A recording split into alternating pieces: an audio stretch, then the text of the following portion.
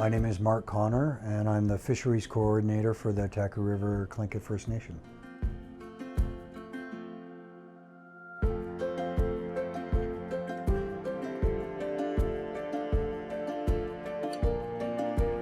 The Fisheries Department is funded primarily through what they call the Aboriginal Fisheries Strategy, which is federal money that basically supports kind of co-management of salmon in the Taku River. And so the Taku River Tlingit Fisheries Department is integrated with both the Canadian Department of Fisheries and Oceans, but also with the Alaska Department of Fish and Game. And so collectively, all three of those kind of entities manage salmon in the Taku.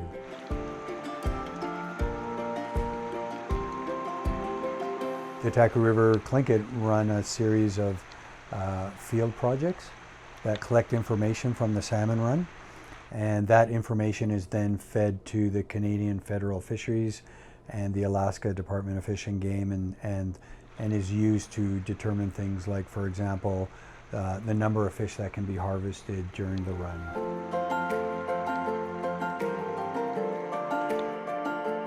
There's a sockeye salmon weir on Kuthai Lake. There's a sockeye salmon weir on King Salmon Lake. There is a Chinook carcass weir on the Nakana River. And Taku River Tlingit also send an employee down to Canyon Island, which is actually in Alaska. Basically what we're looking to collect is what they call ASL, or age, sex, length.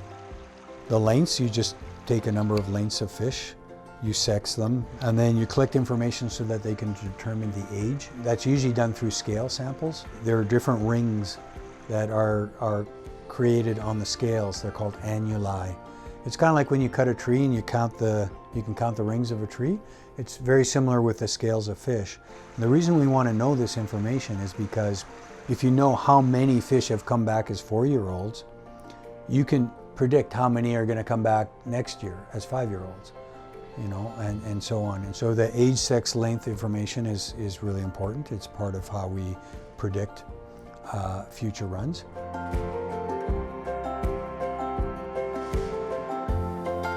And then the other thing we started doing a couple of years ago is we have these motion activated video cameras. What it does is it takes an automatic little video clip of each fish. It gives you sex and species, and if it's calibrated properly, it'll give you length as well.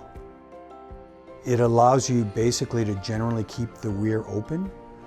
You know, in the past you'd have to kind of have a little trap and capture the fish and sample them, and we still need to do that to get the scale samples.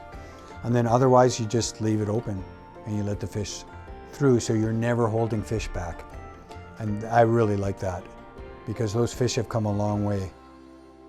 The least intrusive you can be when you're sampling them and figuring, I think it's better.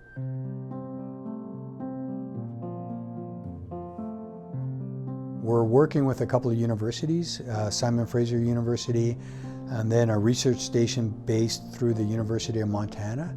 With climate change, as glaciers retreat, the quality and the quantity of salmon habitat changes, right?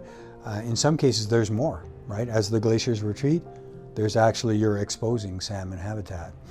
And so we want to get a better understanding of what's that going to look like in the Taku over time.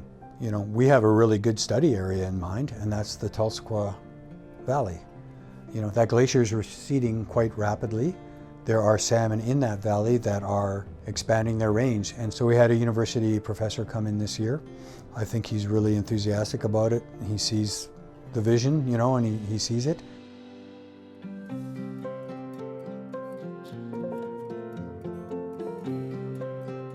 Hopefully, we'll have a long-term research initiative in the Tulsequa that will link to climate change, will link to that remediation. Our interest really at the Fisheries Department is around the management implications. So are there ways of helping those fish reestablish and getting more fish happening in the system?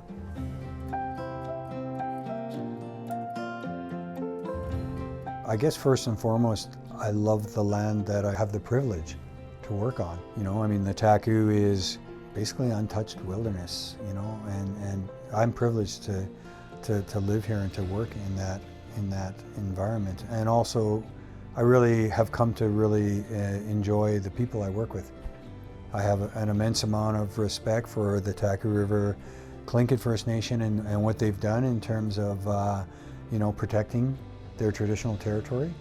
And it's a legacy that is, you know, the world can thank the TRT for.